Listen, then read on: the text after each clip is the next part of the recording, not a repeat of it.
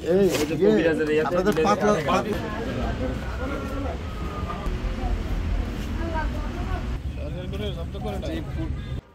সদর উপজেলার ঢাকা চট্টগ্রাম মহাসড়কের লালপুল বেদেপল্লীতে বসবাসকারীদের মাদক বিক্রির রমরমা বাণিজ্য চলছে।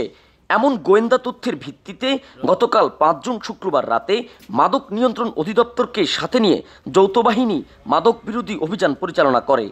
সাম্প্রতিক সময়ে মাদকের বাণিজ্য দখলে নিতে দুই গ্রুপের মধ্যে মারামারি ভাঙচুরের ঘটনা ঘটে। এরপর থেকে বেদেপল্লীতে গোয়েন্দা নজরদারি বাড়ায় প্রশাসন। অভিযানে উপস্থিত ছিলেন ফেনী সদর উপজেলা নির্বাহী কর্মকর্তা নাসরিন সুলতানা, ফেনী সদর সার্কেলের এডিশনাল এসপি আরিফুল ইসলাম, বিশেষ শাখার অতিরিক্ত পুলিশ সুপার সাইফুল ইসলাম এবং যৌথ বাহিনীর সদস্যরা। আমরা চেষ্টা করেছি যে আমরা সবাই মিলে একদম সংগঠিত হয়ে একযোগে অপারেশন চালানোর জন্য। আপনারা জানেন আমরা নিজেদের মধ্যে সমন্বয় করে আমরা 3টা রুট দিয়ে ভিন্ন ভিন্ন দল নিয়ে ভিন্ন ভিন্ন নেতৃত্বের মাধ্যমে আমরা ঢুকেছি। তবে এ ধরনের অভিযান আমাদের অব্যাহত থাকবে। অ্যাচিভমেন্ট আমরা যা হয়েছে আপনারা দেখেছেন। আমাদের এডিশনাল এসপি মহোদয় বলেছেন যে আমরা যতটুকুই পেয়েছি সেটা আমরা আশা করছি আমাদের একদম নিষ্ফল হয়নি। তো এ ধরনের অভিযান অব্যাহত থাকবে।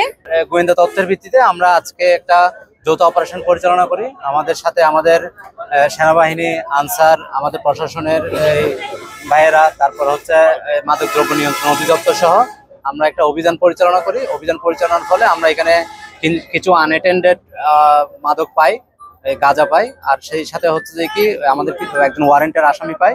তো আমরা তাদেরকে নিয়ে যাচ্ছি, এটা যাচাই বাছাই করতেছি। আর একজন হচ্ছে কি যে এই এলাকায় যারা এসে মাঝে মধ্যে খাওয়া দাওয়া করে এরকমও একজন দুজনকে পেয়েছি, তাদেরকে আমরা আপাতত নিয়ে যাচ্ছি, যাচাই বাছাই করে পরবর্তীতে আমরা ব্যবস্থা নিই।